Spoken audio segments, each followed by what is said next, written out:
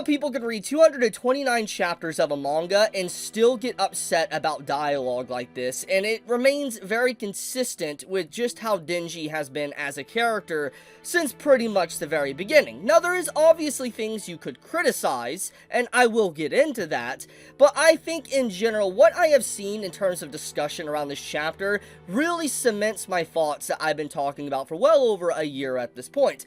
And I legitimately think that the Chainsaw Man fanbase is probably one of the most insufferable new gen manga fan bases in the last few years, because they legitimately absolutely hate anytime there's any form of icky content or fan service content or just statements like what Denji said in this chapter. They like to either memory hole it, like black hole it completely, and not act like it exists, and if you dare talk about it, they will try to, say, oh, you're not reading it, you have reading comprehension issues, all sorts of things like that. People that read this manga actively every single week somehow gets violently angry if even this content was in the manga, when it's been present in the manga since literally the first chapter, and there's constantly been reminders that Denji as a character has always been someone driven by his own sex drive.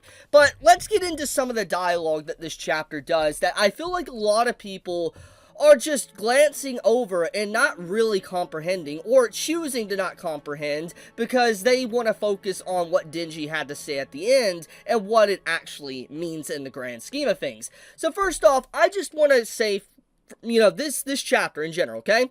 I had to read about 20 chapters to catch up. I was about 20 chapters behind of Chainsaw Man, and so I'm someone that knew of the current events going on within the manga for the last few weeks, like the last 20 or so weeks, but I was someone that wasn't reading the manga recently. I just put it on hold for a while and was letting chapters build up.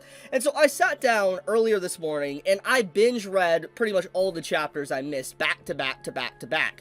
And the overall thoughts I had of these chapters, it was great. It was traditional and typical Chainsaw Man. It wasn't anything that, I did not expect from the series whatsoever, and what Fujimoto-sensei, the author of Chainsaw Man, has done thus far since the very beginning of Part 1, and even prior to that with his, previous series with Fire Punch and his other one-shot series. It was a very traditional Fujimoto writing style that I read while catching up to Chapter 229 that released yesterday. And one thing I noticed from a lot of people that were commenting on this chapter that just released this week is that people are very upset for a few reasons. One, obviously Denji as a character and what he said, but also the back and forth of the narrative or the pacing and it feeling relatively slow. And I just want to straight up say right now that as someone that was binge reading it, I did not feel that. I did not feel like things were overstaying its welcome. In fact, I felt like it was going too quickly while I was reading the chapters. I felt like there was actually a speed run of this fight where there could have been more gradual build-up between it. But at the end of the day, this is Fujimoto's writing style, and he's very chaotic, and his pacing goes 100% when he starts to try to get into fights and get towards a climax of a certain arc. And that's exactly what has been happening in the last 20 or so chapters since this fight with Yoru and Denji began. And so the overall issue people I think are having comes down to a weekly reader problem. And this is something that plagues a lot of different manga that is not just strictly tied to Chainsaw Man. It's tied to weekly manga in general. And I'm going to give a very good example of this. One Piece. Anyone that reads One Piece weekly is aware of this. One Piece has moments when you're reading the manga, the pacing is super slow. You got good chapters, yes, but the pacing feels like it drags, especially at certain moments within arcs. But if you were to sit down and you were to, let's say, binge read it, or if you were to watch multiple episodes of the anime back to back, then you don't see these issues. You don't see these pacing issues as easily if you're able to binge read it. And in this case, I feel like the issue at hand here is that you have people that are weekly readers, and then you have people that are waiting in between breaks for the chapters to come back, and I think it's led into this issue to where people assume that the pacing is extremely slow, because if you have 20 chapters of this fight, people obviously are going to feel it slow if you spend like half a year building up to this moment. But I feel like it comes down to, like I said, a weekly experience on why people think the pacing is rather bad. But regardless if my opinion is incorrect or not, what I will say, however, is that there is definitely some good going on here with the story and what Fujimoto-sensei is trying to convey, not just to the characters within the story, but to the audience, the readers that are reading the series actively. First off, one of the big driving forces of Chainsaw Man Part 2, and I think anyone that has actually read the series and isn't LARPing and reading it through TikTok edits or memes and stuff and all that, or just genuine spoiler discussions, if you actually read the series, you will know that Part 2 has been really focused on Asa and Yoru's story. It shifted the protagonist mainly away from Denji and shifted to Asa. And obviously this gave a lot of people issues early on when Part 2 started because people wanted to continue Denji's story. They wanted to see Nayuta, Denji, kind of see what's going on there. And yes, we've had the perspective of Denji shift over to him too throughout Part 2, but mainly the big theme of the story, especially of Part 2, has been Asa and Yoru's story. And the development that you see taking place in these last few chapters is showcasing Yoru as a devil trying to express feelings when technically as a devil, she never has really had these feelings to begin with. She is learning new experiences and what it means to be something that isn't just a devil, something that is human. For instance, if you go back to the very beginning of Chapter 1 of, Chainsaw Man Part 2, you will see the absolute difference of Yoru's personality and how she's acting here than what she was at the beginning of Part 2. It's very night and day, and it's clear that she has built up feelings for Asa over the course of her sharing the body with her, and it makes sense. It has already been established that the emotions that Asa feels is what Yoru does feel, and even if she's not fully able to comprehend all of what it means, she is able to feel these emotions, this guilt in general, and that is a big thing here that especially this chapter is conveying to its audience, is that Asa feels immense guilt. It was just revealed a few chapters ago that Asa blames herself for what happened to her father, that she is responsible for what happened to her father when she tripped down and fell down on the floor. She thought briefly in her mind as a kid, if I wait too long, my dad might pass away. And it was because to her, her dad was very abusive, he was an alcoholic, he was not a good person to be around. So in her own head, at a young age, she thought in her head that she wanted her dad gone. And even though she isn't technically the one that did the actions, she still thought it. And she black holed these emotions and everything until eventually they bubbled to the surface. And now she feels guilt for what has happened and that she feels responsible for what happened to her father. And in the grand scheme of things here, after her body being used by Yoru, she has committed unspeakable acts, that she has committed things that are so beyond evil, there is no chance of redemption for her. She feels like the world and life itself would be better if she was gone from this world. That's how she feels, and why she was asking Denji to get rid of her is because she is tired of this guilt, she's tired of this sadness, and she doesn't want to be responsible for other people getting hurt. And so this is a moment of weakness for her, in that she is wanting to be done with all of it.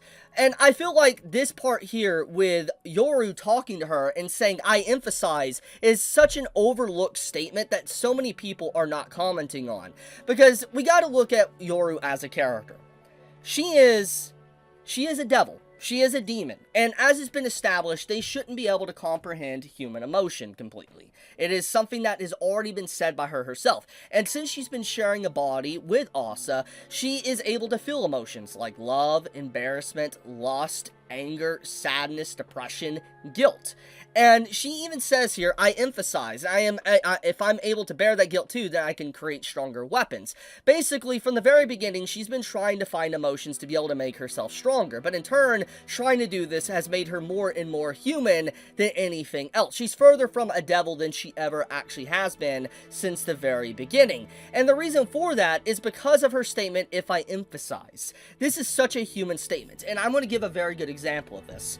So, when you're going through a traumatic experience, something bad happens in your life, you'll have people that will come out of nowhere sometimes and try to sympathize with you. They will try to understand you, or they will tell their own life experiences on what they have been through to try to relay, like, look, things might get better, or things can be better. And people do this. This is a common thing you see in real life and in society. And it's a normal human thing to try to say, look, I'm not in your shoes, I don't know exactly what you're going through, but I understand to a degree because something similar has happened to me. And in this case, this is what Yoru is trying to say, is that I am not you. But I have been in a similar situation because obviously I feel your guilt. I feel what you're going through, and also I feel guilt with how I tried to create weapons. And she's like, look, because of this situation, I want you to know I understand why you feel this way. And in her own words, when she says, Asa, the things you think are sins are nothing in the devil's eyes, is such solid advice that it completely is going over the head of everyone.